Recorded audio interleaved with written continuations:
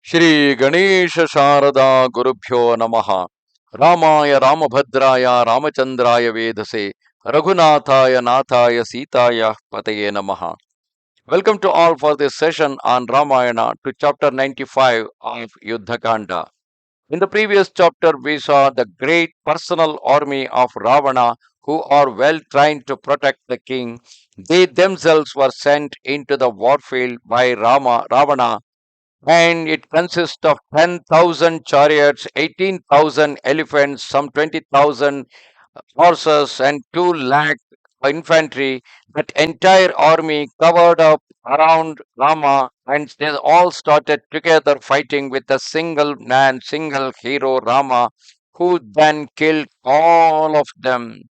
Same hero who killed 14,000 demons along with Kara, Dushana, Trishira in the Janasthana, the same hero Rama here killed more than 2 lakh people who are in the form of 4 different sections of the army with chariots, elephants, horses, and infantry, and he killed all of them single-handed.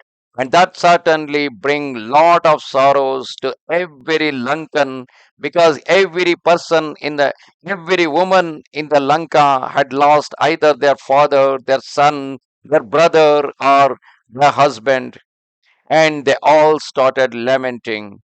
All those thousands of elephants and horses and those mounted upon them with a myriad chariots, bright as fire, and their flaming banners, as also the innumerable titans who were full of valor, able to change their form at will, armed with maces and axes.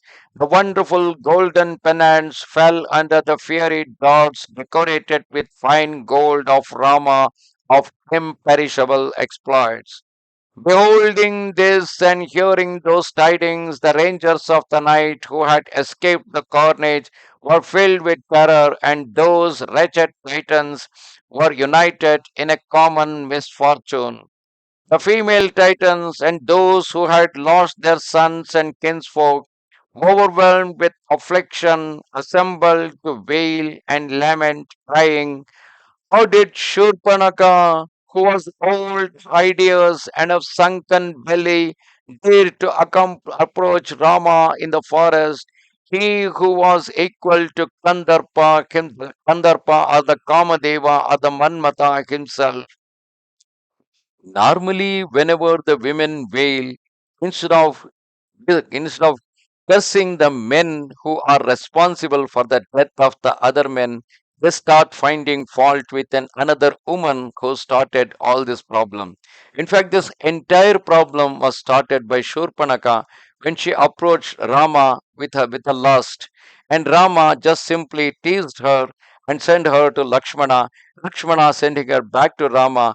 Finally, when she tried to kill Sita, who is responsible for 2 brothers who are joking with her, and then immediately, in order to safeguard Sita, Rama and Lakshmana mutilated Shurpanakha.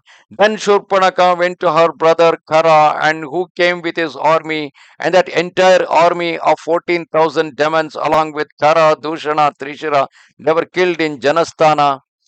And that led to Ravana objecting Sita, and because Ravana objected Sita, um, Rama, along with Sugriva and his Vanara army, they crossed the ocean, they came to Lanka, and finally today, lots and lots, crores and crores of demons were slain because of whatever quarrel that was started by Shurpanakha in the beginning.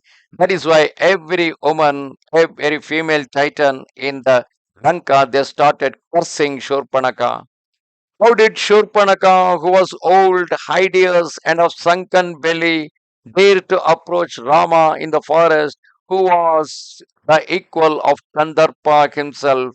Seeing that handsome youth, full of nobility, ever engaged in the welfare of all beings, that monstrous Rakshasi, who should have been slain by others, was overpowered by lust.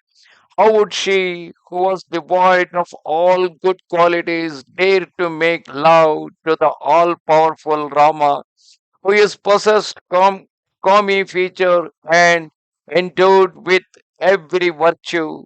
to the detriment of her own race, despite her grey hair and wrinkles, through a ridiculous infatuation condemned by all. That hideous creature pursued Raghava with her importunities to the destruction of the Titans, Dushana and Kara.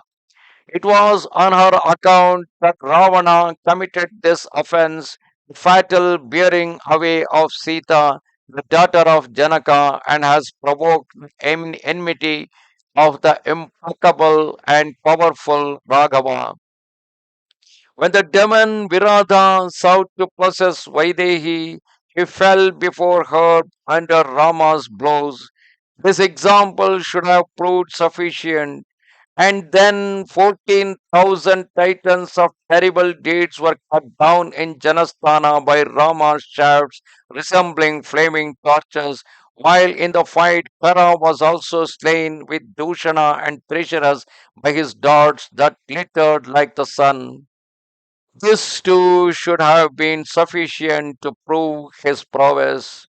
Kabanda, too, with his arms 4 miles in length, who lived on blood, was slain despite his fury and screams. This too was a manifestation of Rama's might. He slew the powerful son of that god of 1,000 eyes, that is Indra, powerful son of Indra, the mighty Vali, who was as dark as cloud. This too proved the valor of Rama. And Sugriva, who dwelt disconsolate on Rishamukha, the vehicle of his hopes shattered, was restored to the throne by Rama, which was a further proof of his power. All the Titans counseled Ravana to his advantage, and Vibhishana, in accord with his duty, offered him good advice in reasonable words. But in his folly, that monarch disregarded them. If the younger brother of Dhanada had given ear to Vibhishana, Lanka, which has now become cemetery, would not have been laid waste. When he learned that the mighty Kumbhakarna had been slain by Raghava and that the invisible Kartikaya had fallen under the Lakshmana's blows, as also Indrajita, his beloved son, still Ravana remained blind to the truth. My son, my brother, my lord has perished in the fight is the cry heard from the female titans in every family. Chariots, horses, and elephants have been struck down in their thousands by the mighty Rama and are lying here and there with the foot soldiers whom he has also slain. He who is destroying us is Rudra or Vishnu or Mahendra or the god of 100 sacrifices in the form of Rama, unless he be the god of death himself. We live bereft of hope, our warriors slain by Rama. We see no end to our fears, and we lament the loss of our defenders.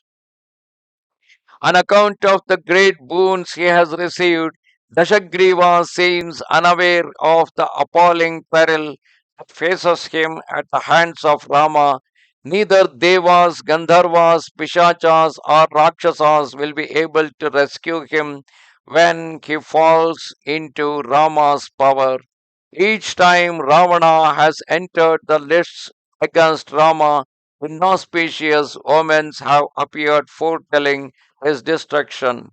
When the grandfather of the world was gratified with him, he received immunity from Devas, Danavas, and Rakshasas, but he did not ask to be protected from man. Fear, without doubt, is one of those who will prove fatal to the Titans and Ravana.